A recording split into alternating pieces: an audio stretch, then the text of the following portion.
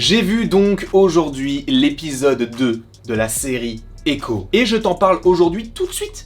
On ne va pas plus attendre. Bien sûr, afin de regarder cette vidéo dans les meilleures conditions, il ne faut pas avoir peur de futurs spoilers concernant l'épisode 2, puisque je vais te montrer à la fois des photos, mais te parler de l'épisode en question. Donc si tu ne veux rien savoir, quitte la vidéo dès maintenant. Dans le cas contraire, tu connais déjà la chanson « Fuis, pauvre fou ». Donc oui, on va évidemment parler de cet épisode 2 beaucoup plus centré sur Echo. Alors il est vrai que l'épisode précédent l'était aussi, mais à des temporalités différentes. On était en 2007, on était je crois entre 2018 et 2023, on était également fin 2024. Et là actuellement dans la série, bon ils disent 20 ans, mais ça ne fait pas vraiment 20 ans entre le moment où elle a quitté donc Tama et le moment où elle est revenue. Ça fait à peu près 18 ans. Donc on n'est pas en 2027 actuellement. Ça n'aurait aucun sens dans la continuité du MCU, notamment par rapport à Hawkeye. Ils arrondissent à 20 ans, mais ça fait à peu près 18 ans. Mais ce n'est pas le sujet, on a découvert donc une Echo à travers différentes temporalités. Je pense qu'on va évidemment revenir sur une partie de son passé, puisqu'il y a des scènes qu'on n'a toujours pas vues. Et a priori, bon, il y a les vignettes quand tu cliques sur Disney+. J'ai vu que ce passé-là avec Echo et le Caïd, ce serait possiblement dans l'épisode 4. Là, le Caïd n'est absolument pas dans cet épisode-là. Et qu'est-ce que j'ai pensé justement du deuxième épisode ?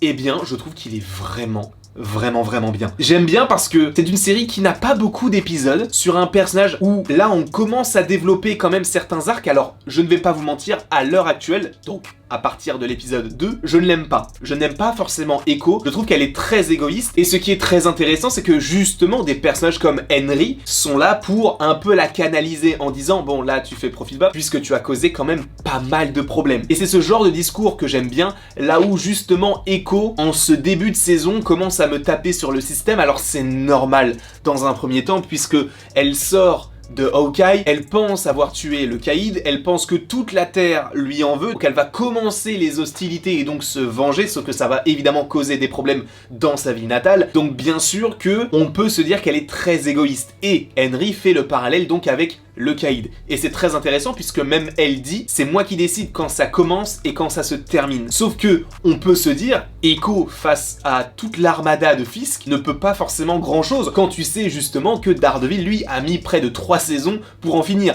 Donc bien sûr que nous savons qu'à la fin de la série Echo, le Caïd serait logiquement toujours présent puisqu'on sait qu'il est au casting de la série Daredevil Born Again, mais c'est vrai que pour l'instant elle m'énerve un petit peu parce qu'elle ne pense pas à tout ce qu'il y a autour. Alors j'entends le côté de elle a souvent été seule, elle a été entre guillemets élevée en grande partie donc par son père qui était lui-même un petit peu dans des affaires étranges, et d'un autre côté avec Fisk, donc bien sûr qu'il y a ce côté de on est malveillant, mais en même temps il y a aussi cette bonté en elle qui je pense pourrait se révéler. On sait qu'il y a des personnes qui comptent pour elle, que ce soit son cousin ou même en gros sa famille. Il y avait notamment un personnage dans la série Hawkeye qui était intéressant pour son intrigue, mais c'est vrai que pour l'instant son développement, je le trouve, en vrai il est logique, mais à ce stade-là de la série, je la trouve un petit peu énervante. En revanche, ce qui est très intéressant concernant le personnage, ça va être justement tout ce qui est en lien avec ses possibles pouvoirs. On a vu un aperçu de tout ça. Notamment à un moment donné où elle va trafiquer l'un des wagons d'un train de marchandises qui va en direction donc d'un entrepôt de Fisk à New York, et où on va comprendre donc qu'elle l'a fait exploser pour tuer plein de gens, pour commencer les hostilités, sachant qu'ils vont évidemment retracer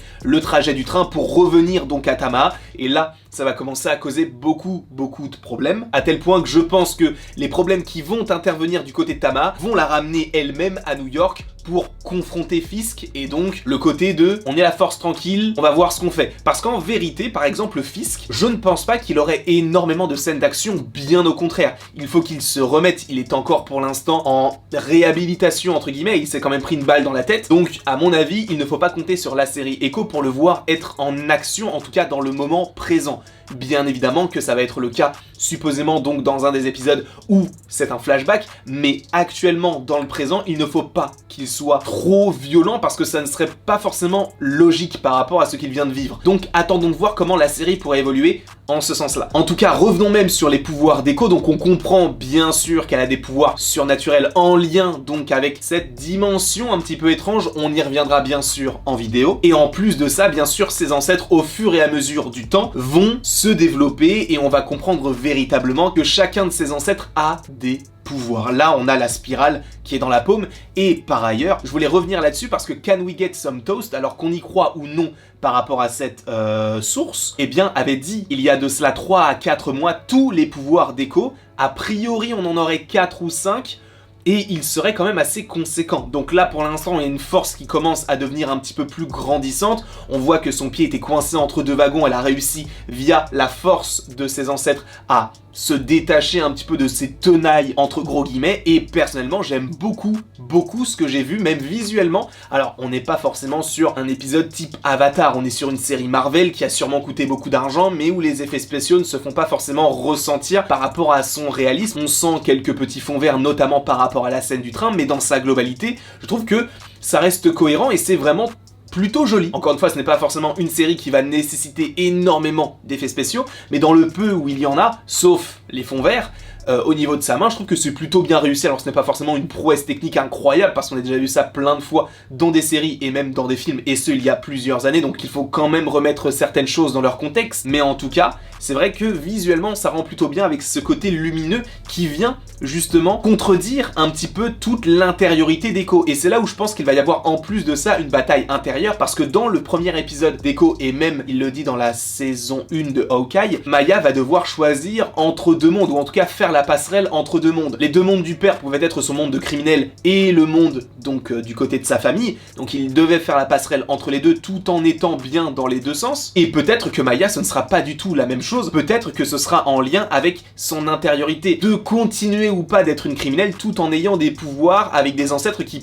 puissent possiblement la remettre entre guillemets sur le droit chemin. Cette intériorité, je la trouve hyper intéressante concernant Echo. Encore une fois, ce n'est pas forcément révolutionnaire, mais du côté d'une série sur un personnage qu'on n'attendait pas spécialement, je trouve que ça rend plutôt bien et j'ai hâte de voir la suite. En tout cas, ça c'était en lien avec le personnage d'Echo. J'espère qu'on va avoir de plus en plus d'intrigues très intéressantes autour de ce personnage-là, de développer d'autant plus son passé et ses pouvoirs. Ce serait très cool. Là, pour le coup, en ayant vu l'épisode 2, on est quasiment déjà à la moitié de la série. Bon, c'est une mini-série, c'est normal, Marvel Spotlight oblige, mais c'est vrai que ça aurait été bien mieux d'avoir ça semaine après semaine. Bon, ce n'est pas très grave non plus. J'apprécie fortement ce que je vois du côté d'Echo.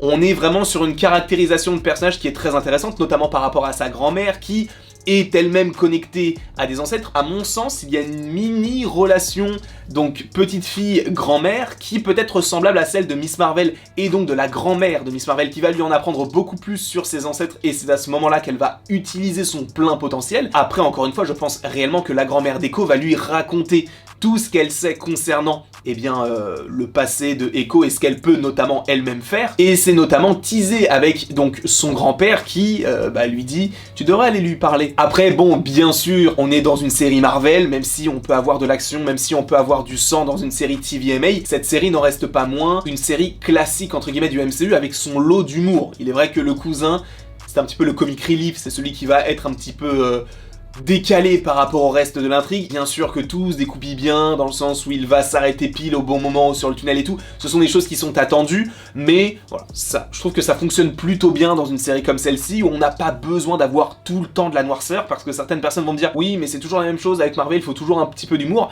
C'est vrai, je le comprends et je le conçois. En revanche, si on compare ça à une série un petit peu similaire, en tout cas en termes de ton, on peut aller du côté de Daredevil ou même du côté du Punisher, de temps à autre on a des petites blagues. Alors c'est léger et c'est plus noir que ce qu'on pourrait avoir du côté du MCU, mais on sent que le MCU commence à prendre le pli là-dessus et ça peut donner quelque chose de plutôt intéressant. Je ne dis pas que c'est parfait, je dis juste qu'il y a une volonté d'amélioration, en tout cas dans le propos et dans le ton de la série. Mais n'hésitez pas vous, si vous en êtes à l'épisode 2, de me donner votre avis actuel concernant la série. N'hésitez pas à le faire, n'hésitez pas non plus donc à aimer, partager, commenter, vous abonner si ce n'est pas déjà le cas, et après tout ceci, il ne me reste plus qu'à vous dire à la prochaine pour la prochaine.